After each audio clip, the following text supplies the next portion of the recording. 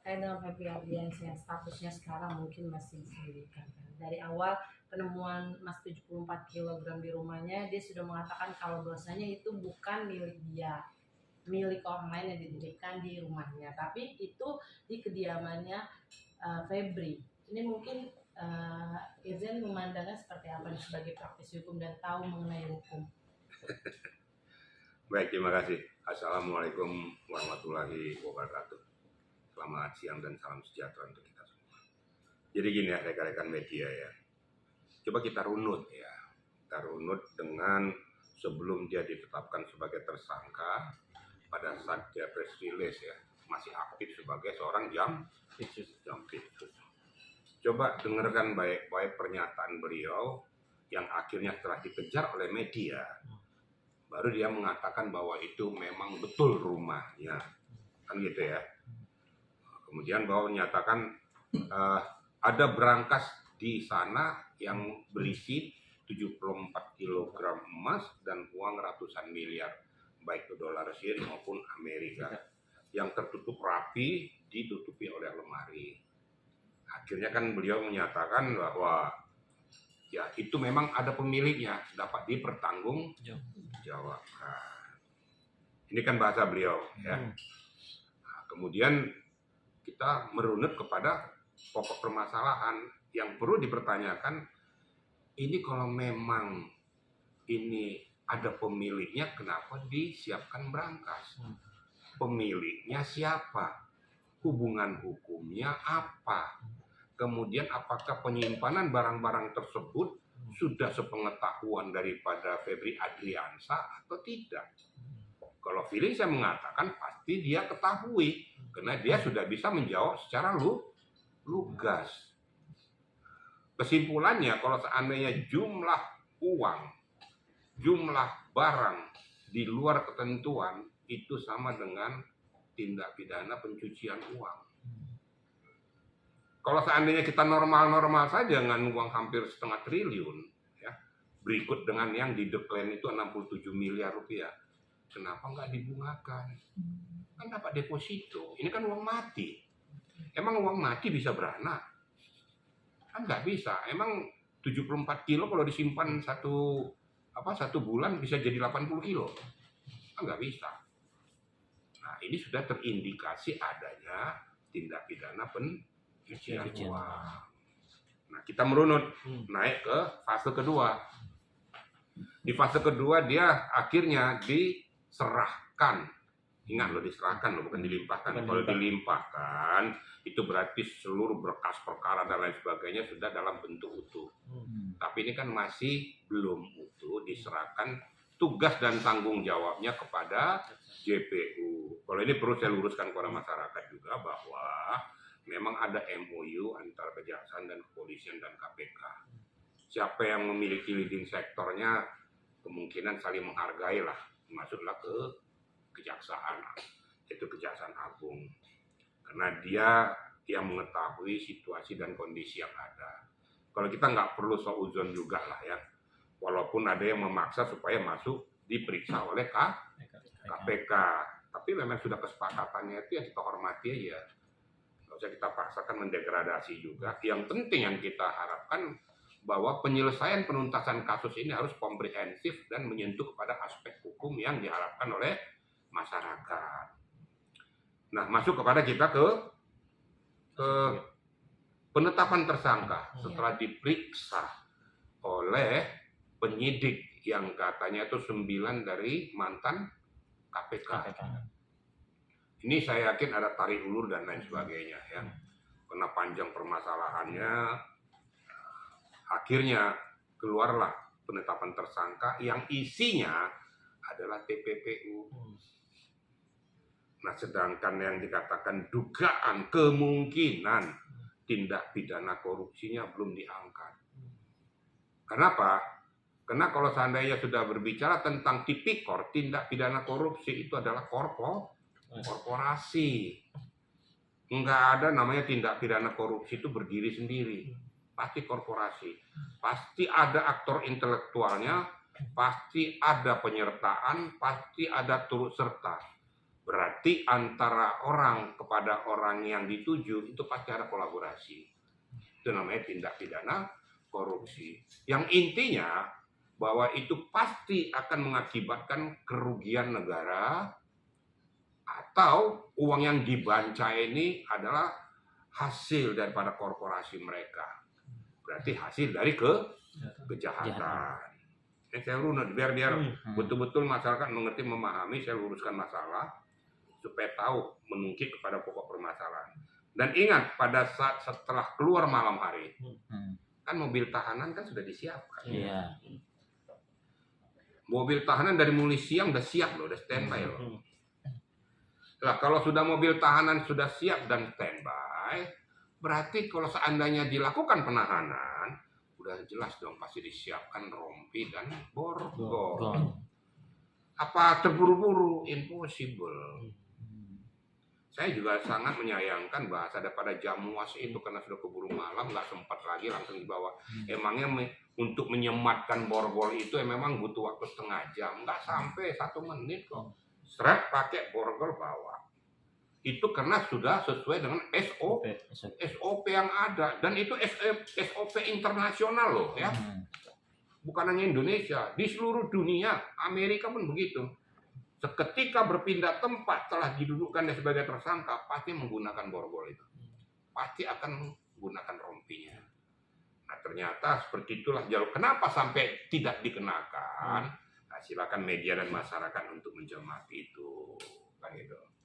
Masuk kita pada pokok permasalahan bahasa. Kalau media bisa mencermati tata bahasa daripada ex Jampitus, Febri Adriansyah ya, yang menyatakan bahwa ini Gudung Bundar loh. 2 kali loh. Ini Gudung Bundar yang belum pernah terjadi seperti ini peristiwa ini. Yang mana harus dikaji dulu, di cross check dulu tentang bukti permulaannya. Ternyata bukti permulaannya belum cukup, sudah dilakukan penahanan. Kan begitu ya? Kemudian petik lagi bahasa beliau. Walaupun demikian, karena ini sudah keputusan pimpinan. Ingat baik-baik media dan masyarakat, tidak ada keputusan pimpinan. Namanya perbuatan tindak pidana adalah keputusan hukum yang dilindungi oleh undang-undang yang termaktub di dalam KUHP maupun KUHP serta hukum undang-undang pendukung lainnya. Karena ada pendukung lainnya tuh ya. Bukan hanya KUHP aja, ada undang-undang tipikor, ada undang-undang perpajakan dan sebagainya. Nah, tapi disampaikan seperti itu, dan saya siap untuk menghadapi. Cuma saya berseluruh, Bapak siap menghadapi atau siap membongkar? Apa Bapak mau masuk korban sendiri? Nah, ini kira-kira yang perlu dicermati, kemudian dibawa dia ke sana. Nanti kita lihat perkembangan bagaimana kelanjutannya. Dan kita berbicara tentang masalah kuasa hukum daripada Don Rito. Biar komprehensif semua ya. Dari kuasa Don Rito mengatakan bahwa ini uang ataupun milik daripada Don Rito. Sementara itu rumah siapa? Febri Adriansyah. Hubungan hukum antara Febri Adriansyah dengan Don Rito kan dekat. Kan itu pengacaranya suka menjadi pakai fasilitatornya. Kalau kita mau runut, kalau dikatakan oleh kuasa hukumnya bahwa itu uang ataupun barang milik Don Rito, Febri Adriansyah tahu. Udah pernah mengucapkan sebelum dia ditetapkan sebagai tersangka. Yang perlu ditelisik, ya, kalau saya penyidiknya, saya akan kejar. Saya terbuka, saya kejar pembuktian terbalik, predikat crime-nya, Anda seorang pengacara, dari mana uang sejumlah ratusan miliar ini? Kalau memang pengacara, siapa-siapa saja klien Anda? Berapa Anda dibayar? Berapa jumlah kliennya? Apakah sejumlah 1,5 triliun ini? Kejar. Kalau saya kejar itu, nanti akan dia terpojok. Apakah ada klien mau membayar sampai 100 miliar, 200 miliar? Sehingga kau bisa menumpuk itu uang. Yang pertama. Yang kedua, dikatakan bahwa ini uang ini hanya dipersiapkan untuk mendirikan pondok pesantren dan yayasan, kan begitu. Loh, kok mau mendirikan pondok pesantren dan yayasan menggunakan barang uang mati? Paham nggak uang mati maksud saya ini? Uang mati adalah uang yang diam, yang tidak bergerak. Iya. Kalau seandainya betul-betul seperti itu, 500 miliar kalau didepositokan berapa? Kan uang hasil deposito itu kan bisa difonds dilarikan ke sana. Jadi jangan rakyat dibodoh-bodohin oleh kuasa hukum ini. Ingat loh ya, jangan sampai nanti ya, kalau seandainya tidak bisa kau buktikan secara hukum, ingat penerapan pasal 21 Undang-Undang Tindak Pidana Korupsi, ya, obstruction of justice, menghalangi penyidikan, kena kan pidana, hati-hati. Cara menyampaikan pun kuasa hukum sudah nggak runtut, nggak substantif, dan kelihatan wajahnya itu tidak firm. Kenapa? Tidak menguasai arena yang aku sampaikan ke publik. Masyarakat Indonesia cerdas semua. Gitu. Nah, kembali kepada pokok permasalahan, dia sudah di rutan. Kita lihat saja. Jubir kan sudah ngomong bahwa setelah nyampe di sana, sesuai dengan SOP yang ada, kita lakukan pemborgolan dan dipasang rompinya. Ya, nggak usah Anda tanya, kami nggak lihat. Ya, udahlah. Yang penting sudah disampaikan kayak gitu, hormati aja hukum. Kita juga nggak usah soal hujan mengejar. Yang penting inti pokok permasalahan terselesaikan. Nah, yang kita lihat nanti apakah siap Febri Adriansa berdiri atas dirinya sendiri, menanggung akibat daripada perbuatan ini sendiri, menurut saya impossible. Pada saat dikorek oleh para penyidik-penyidik pasti akan terbongkar titik Pandora, ya, asal usul klausul. Kemudian barang dapat dari mana, kenapa sampai terjadi tindak pidana pencucian uang. Nanti akan mengalir kepada pada saat dia menangani kasus, pada saat di sidang pengadilan penyitaan barang-barang yang bersangkutan, apakah seluruhnya itu disita untuk negara atau disisihkan, nanti akan dicari pembuktiannya. Nah, ada yang mengatakan ya, tapi sudahlah, sudah lewat tuh semua ya, yang mengatakan bahwa ini anak kesayangan daripada presiden. Nggak ada anak kesayangan dari mana? Koruptor kok anak kesayangan. Jadi nggak usah diputar-balikkan fakta. Saya Febri Diansa kebetulan hampir nggak sama namanya nih. Saya mohon maaf, Febri Diansa waktu podcast saya pertama saya suka salah ya, karena kebetulan nama Anda sama. Tapi saya suka dengan jawabanmu tentang masalah rompi dan borgol. Saya tidak mau masuk ke substansi itu. Karena itu adalah sesuai dengan SOP dan aturan yang sudah dimainkan. Anda betul, karena Anda bekas juru bicara KPK. Pada saat Anda berbicara, pada saat di forum itu, tentu orang-orang yang jadi tersangka itu sudah menggunakan borgol dan rompi. Dan Febri Diansa mengatakan saya masuk kepada substansi hukum. Itu baru pengacara betul. Yang benar kita katakan benar gitu loh ya. Lanjutkan, yang penting bahwa Febri Diansa, saya harapkan Anda membela hak-haknya, bukan perbuatannya. Bisa dibedakan ya. Kalau membela perbuatannya berarti sama dengan kita itu menyengsarakan rakyat banyak. Hati-hati ya. Pengacara-pengacara kalau salah mengucapkan, menyampaikan pokok permasalahan ini, karena ini sudah membuming skala nasional. Jangan sampai Anda kena rujak nanti gara-gara ini. Masyarakat udah pada marah. Tapi saya yakinlah Anda seorang piawai, mengerti, paham hukum, lanjutkan itu, saya juga apresiasi. Yang benar saya katakan benar. Ya, kita lihat aja nanti akhir cerita ini. Mengikat kepada siapa, menarik kepada siapa, apakah ada tarikan gerbong di belakang ini, yang ikut di dalam peristiwa pidana ini, nanti kita serahkan kepada jaksa JPU yang akan menindaklanjuti. Sekali lagi saya ingatkan kepada media dan masyarakat, jangan juga kita mendegradasi pada saat para penyidik-penyidiknya sedang menindaklanjuti pokok permasalahan ini. Ya.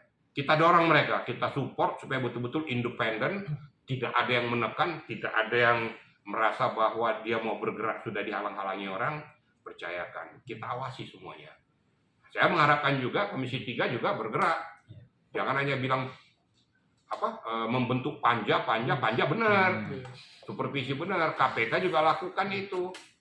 Ya kalau memang ada hal-hal yang kurang berkenan, kurang pas lagi ya terpaksa kita ambil overhandle KPK. Tapi saat sekarang ini percayakan saja kepada penyidik daripada Kejaksaan Agung untuk menuntaskan masalah ini. Mudah-mudahan bisa terselesaikan dengan baik dan rakyat bisa puas dengan pokok permasalahan. Ingat, siapapun ada di belakang ini jangan ditutup-tutupi. Ini adalah bancaan korupsi, mega korupsi yang merugikan masyarakat. Supaya kita sama-sama menaati hukum yang ada. Itu kira-kira ya. Bang, terakhir saya, penahanan FA di